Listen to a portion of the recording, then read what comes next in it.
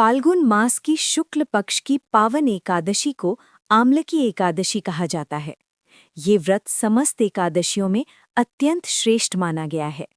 शास्त्रों में वर्णन मिलता है कि इस दिन आंवले की अर्थात आंवले के पवित्र वृक्ष में स्वयं भगवान विष्णु का दिव्य निवास होता है। आंवला वृक्ष केवल एक वृक्ष नहीं बल्कि धर्म, आयु और आरोग्य का प्रतीक है। इसकी पूजा करने से मनुष्य को धन, स्वास्थ्य और आध्यात्मिक शांति प्राप्त होती है। प्राचीन समय में वैदिका नामक एक समृद्ध नगर था। उस नगर में राजा चैत्ररथ राज्य करते थे। वे अत्यंत धर्मपरायण और विष्णु भक्त थे।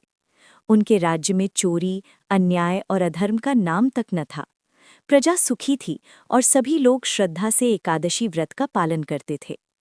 जब फाल्गुन मास की आम्लकी एकादशी आई, तब राजा ने घोषणा करवाई कि समस्त नगरवासी इस पावन व्रत का पालन करें। प्रातःकाल सभी लोग पवित्र नदी में स्नान कर, स्वच्छ वस्त्र धारण कर आम्लकी वृक्ष के समीप एकत्र हुए। वहां वेदी बनाई गई, कलश स्थापित किया गया, विष्णु भगवान की प्रतिमा स्थापित की गई और दीप, धूप, पुष्प और नैवेद्य अर्पित किए गए। पूरे दिन भजन, कीर्तन और विष्णु सहस्त्र नाम का पाठ होता रहा। संध्या के समय आरती हुई और रात्रि में जागरण प्रारंभ हुआ। उसी समय एक बहेलिया उस नगर के समीप आया। वो जीवों का वध कर अपना जीवन चलाता था। उसका जीवन पाप कर्मों से भरा हुआ था। वो अत्यंत भूखा और थका हुआ था। जब उसने वहां पूजा और भक्ति का वातावरण देखा तो वो भी वहीं बैठ गया। भूख के कारण उसने अन्न ग्रहण नहीं किया और रात्रि भर कथा सुनता रहा। अनजाने में ही उसने व्रत का पालन किया। सुबह होते ही वो अपने घर चला गया।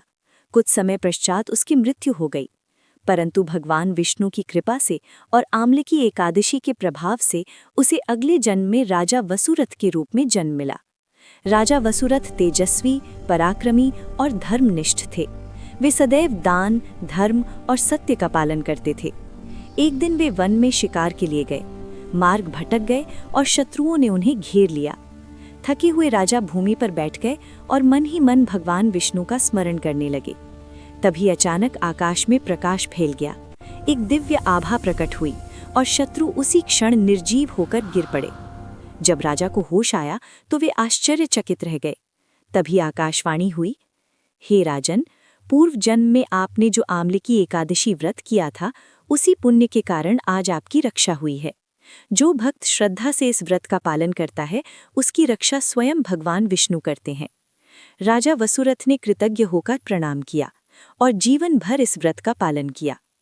इस व्रत की विधि ये है कि प्रातः स्नान कर व्रत का संकल्प लें, आम्लकी वृक्ष की पूजा करें, विष्णु मंत्रों का जाप करें और रात्रि में जागरण करें।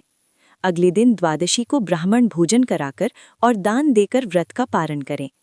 जो भी श्रद्धा और नियम पूर्वक आम्लकी एकादशी का व्रत करता है, उसके समस्त पाप नष्ट होते हैं, संकट दूर होते हैं, आयु और आरोग्य की वृद्धि होती है और अंत में मोक्ष की प्राप्ति होती है।